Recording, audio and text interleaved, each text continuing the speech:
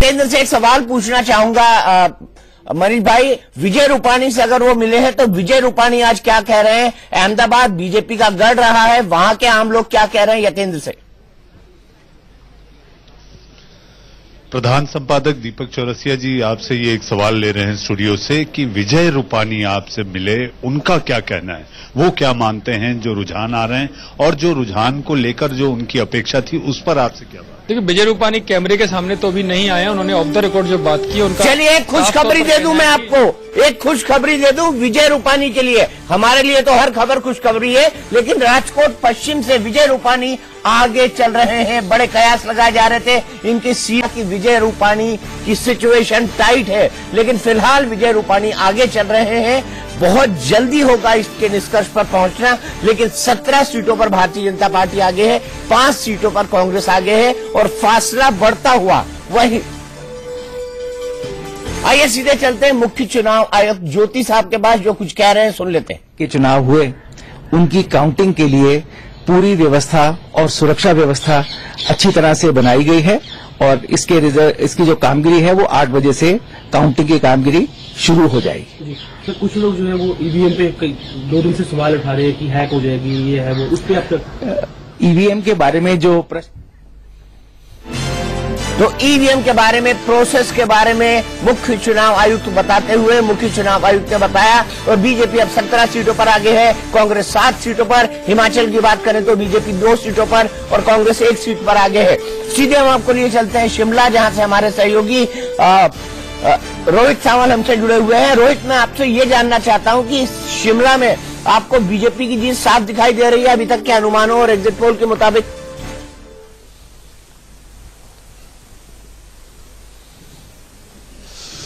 बिल्कुल। देखिए दीपक जी, जो शुरुआती रुझान आ रहे हैं वो भारतीय जनता पार्टी के पक्ष में, जिस तरह से अभी हम दिखा भी रहे हैं कि 2 सीटों पर भारतीय जनता पार्टी आगे चल रही है। इसके अलावा दीपक जी एक और मैं जानकारी जरूर देना चाहूंगा कि जो ईवीएम पर सवाल उठ रहे थे, तो हिमाचल प्रदेश में जितने भी तमाम विधानसभा सीटें हैं वहां पर एक बूथ सिलेक्ट किया जाएगा रेंडमली हर विधानसभा क्षेत्र में, और वहां पर जो वीवीपैट है उसकी भी गिनती होगी। लेकिन जो अब सबकी नजर रुझानों पर इस वक्त है, और रुझानों की अगर बात करें तो अब कुछ ही देर में, अगले 5-7 मिनट में हिमाचल से आपको तेजी से हम रुझान देना शुरू करेंगे। लेकिन इतना जरूर है कि भारतीय जनता पार्टी के लिए शुरुआत अच्छी हुई है हिमाचल प्रदेश में। और मैं और अच्छी खबर भारतीय जनता पार्टी के लिए सुना दूं कि भारतीय जनता पार्टी गुजरात के अंदर 19 सीटों पर आगे चल रही है, 11 सीटों पर जो है कांग्रेस आगे चल रही है, और 182 में 30 सीटों के रुझान हमारे सामने आ चुके हैं। भावेश, एक्सपेक्टेड था आपके लिए? बड़ी शुरुआती है ट्रेंड्स, और हो सकता है कि सिर्फ पोस्टल बैलेट भी निकले हो, लेकिन ये शुरुआती ट्रेंड उत्साहजनक है बीजेपी के लिए। हाँ, ये हमारे लिए तो एक्सपेक्टेड है, क्योंकि हमने अपने पूरे मेहनत किया था, पूरे 2 महीने से हमारी टीम लगी हुई थी। ये बिल्कुल उसी लाइन पे जा रहा है कि 110 से 120 हो या 122-25 इस तरह का आंकड़ा लग रहा है। लेकिन एक चीज मैं बता दूं, ईवीएम की बात हुई थी, ईवीएम की मैनिपुलेशन को लेकर बात हो रही थी, तो आज ईवीएम को लेकर जो होना होगा, कांग्रेस पार्टी उस पर सवाल उठाएंगे, जो हार जाएगी वो सवाल उठाएगी। लेकिन हमसे फुल इसके लिए तो 4 दिन से सहमत की बात थी। जो जीत रहे थे वो भी कह रहे थे कि आपने हमें 120 ही क्यों? एक मिनट रोकूंगा। नितिन पटेल मेहसाना से लड़ रहे थे, उनके लिए बताया जा रहा था कि हार्दिक पटेल बड़ा संकट होंगे, लेकिन विजय रूपाणी और नितिन पटेल दोनों आगे चल रहे हैं। यतेंद्र, इनके बारे में सबसे ज्यादा अटकलें थी कि दोनों लूज कर सकते हैं, लेकिन बहुत खुश होंगे भारतीय जनता पार्टी के नेता कि उनके डिप्टी चीफ मिनिस्टर भी बच गए और चीफ मिनिस्टर भी बच गए।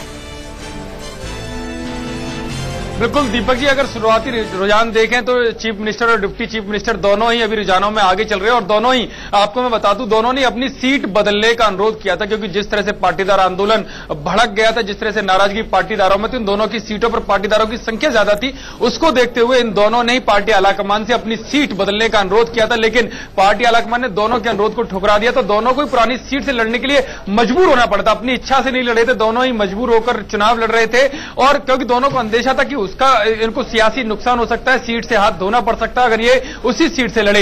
लेकिन इनको फिर भी बीजेपी आलाकमान के सामने झुकना पड़ा और लड़ना पड़ा। लेकिन अब शुरुआती रुझान जो आ रहे हैं वो साफ तौर पर बता रहे हैं कि दोनों ही आगे बढ़त पर हैं। और जो आज सुबह हमारी उप मुख्यमंत्री नितिन पटेल से बात हुई, उन्होंने साफ यतेंद्र में एक मिनट रोकूंगा, बड़ा इंटरेस्टिंग फिगर आ चुका है यतेंद्र। वो इंटरेस्टिंग फिगर ये है कि बीजेपी 21 सीटों पर आगे है और कांग्रेस भी 18 पर पहुंच गई है।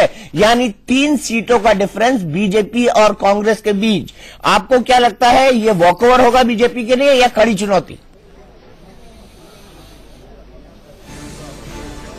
दीपक जी, जिस तरह के रुझान आ रहे हैं, कल भी हमारी आपसे बात हो रही थी तो हमने साफ तौर पर कहा था कि पार्टी इनकम्बेंसी है, पार्टी के प्रति काफी नाराजगी भी है, चाहे वो आदिवासी इलाकों का मामला हो या दूसरे मामले को। अगर पार्टी को बढ़त मिलेगी तो वो हिंदुत्व के नाम पर मिलेगी, जो पिछले जो लास्ट। फिर मैं आपको रोकूंगा यतेंद्र, माफ कीजिएगा, 25-21 हो गई है, 25-21 4 का अंतर अब दोनों के बीच होता हुआ बीजेपी 25 पर आगे चल रही है और कांग्रेस 21 पर। यतेंद्र आप बोलिए। देखिए दीपक जी, मैं आपको वही बता रहा हूं, जो पार्टी को जो बढ़त मिलेगी वो हिंदुत्व के नाम पर मिलेगी, और वो साफ तौर पर आईना दिखाता कि किस तरह से हर रैली में प्रधानमंत्री ने पाकिस्तान का नाम लिया, जो मुस्लिम तुष्टीकरण पर प्रहार किया, जो कांग्रेस की नीतियां रही, या अपने वोटों, जो हिंदुत्व का एक जो वोटर कैडर वोट माना जाता है पार्टी का, उसको एक संदेश दिया। क्योंकि आप देखिए, अगर यूपी में चुनाव हुए तो प्रधानमंत्री को कहीं किसी मंदिर जाने की जरूरत नहीं पड़ी, ना वो अयोध्या गए ना मथुरा गए, लेकिन जैसे ही हिंदुत्व, जो सॉफ्ट हिंदुत्व का मैसेज राहुल गांधी की तरफ से दिया गया, प्रधानमंत्री को भी सोमनाथ मंदिर जाना पड़ा, प्रधानमंत्री को अंबाजी के दर्शन करने पड़े, यानी कि साफ तौर पर अपने वोट बैंक को बचाने की रणनीति थी। और वही रणनीति थी कि बार बार चाहे अहमद पटेल का मामला हो, चाहे पाकिस्तान को लेकर। एक मिनट यतेंद्र, बराबर हो चुके हैं बीजेपी और कांग्रेस, 25-25 सीटों पर दोनों आगे चल रहे हैं। सैयद जफर इस्लाम साहब, वॉकओवर नहीं दिखाई दे रहा है फिलहाल आपके लिए?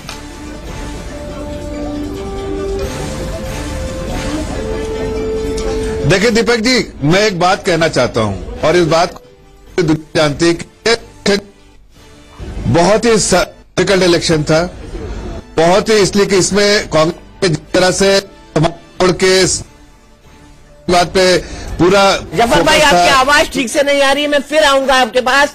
28 और 25 ये 2020 का मुकाबला है, कभी एक चौका मार के आगे आ जाता है, कभी एक छक्का मार के उससे आगे होने की कोशिश करता है। इनके सिंह साहब बताइए, 28 और 25 कैसे लेते हैं इन इनिशियल आंकड़ों? अभी 22 मिनट हुआ है और 31 और 25 और नंबर बढ़ा, 25 फिर से बढ़ रहा है, घट रहा है। लेकिन मुझे लगता है क्लियर पिक्चर के लिए हमें को 15 मिनट और इंतजार करना पड़ेगा। उसके बाद अगर ये गैप मेंटेन होता है तो वो परमानेंट हो जाएगा। लेकिन अभी 20 मिनट, लगभग 10 मिनट तो कम से कम हमें लगेगा। जब 8:32 पे हम आएंगे तब हम बता सकते हैं कि एक्चुअल जो ट्रेंड है वो क्या होगा। अभी मुझे लगता है कि चूंकि बैलेट बॉक्स जो खुले हैं वो पोस्टल है, लिहाजा उसमें फ्लक्चुएशंस आते हैं। 8:32, 8:33 के बाद ये ट्रेंड शुरू हो जाएगा कि कौन की बढ़त किसकी। अगर कोई बहुत बड़ा करिश्मा नहीं हुआ तब ये माना जाएगा कि जिस पार्टी का बढ़त मेंटेन हो रहा है लगातार वो निकलेगी। तो मेरे ख्याल से 10 मिनट अभी और इंतजार करना होगा। फिर भी अगर आप देखें तो जो 1:2 का रेशियो था शुरू के 10 या 12 मिनट, वो अचानक बदला है और इस समय 36 और 28 है। इसको भी हम कह सकते हैं कि लगभग करीबी का ही है। ठीक है, मैं आपको बता दूं कि बड़ी खबर यह आ रही है कि वडगाम सीट से जिग्नेश मेवाणी आगे चल रहे हैं फिलहाल, और ये अटकलें लगाई जा रही थी जिग्नेश मेवाणी चुनाव हार सकते हैं, जमानत जब्त हो सकती है, लेकिन फिलहाल वो आगे चल रहे हैं जो पोस्टल बैलेट खिले हैं उसके अनुसार। और अब देखिए 36 और 31 का आंकड़ा हो गया है, 5 का फासला भारतीय जनता पार्टी मेंटेन करते हुए, लेकिन कांग्रेस भी पीछे से तेजी से बढ़ती हुई। बड़ी खबर, गुजरात में जिग्नेश मेवाणी आगे चल रहे हैं जो दलितों के नेता है और कांग्रेस के साथ अलायंस करके चुनाव लड़ रहे हैं, लेकिन उनके बारे में कहा जा रहा था कि वो अपनी सीट पर बाहर ही है। ये सबसे बड़ा आरोप था, क्यों अनुज जी? बिल्कुल बिल्कुल, बीजेपी तो क्लेम कर रही थी कि वो उनकी जमानत जब्त करा देगी। और देखिए अभी जो आंकड़ा आगे 36-33 का मतलब है कि जीतने वाला 100 और हारने वाला 80, इसके रेंज में रहने वाले होंगे, इसका संकेत इससे मिल रहा है। और स्वाभाविक है कि जो डिस्कंटेंट जनता का प्रचार के दौरान आपने भी देखा और बाकी लोगों ने भी देखा, शायद उसका असर अब ईवीएम पर।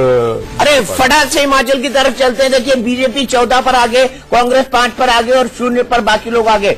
19 सीटों के ट्रेंड आ चुके हैं, बीजेपी 14 पर आगे, कांग्रेस 5 पर आगे और अदर्स 0 पर आगे। सीधे चलता हूं विपिन परमार के पास। विपिन, आप तो कह रहे थे बड़ा कांटे का मामला होगा, ये कांटे का नहीं ताज का मामला हो गया है।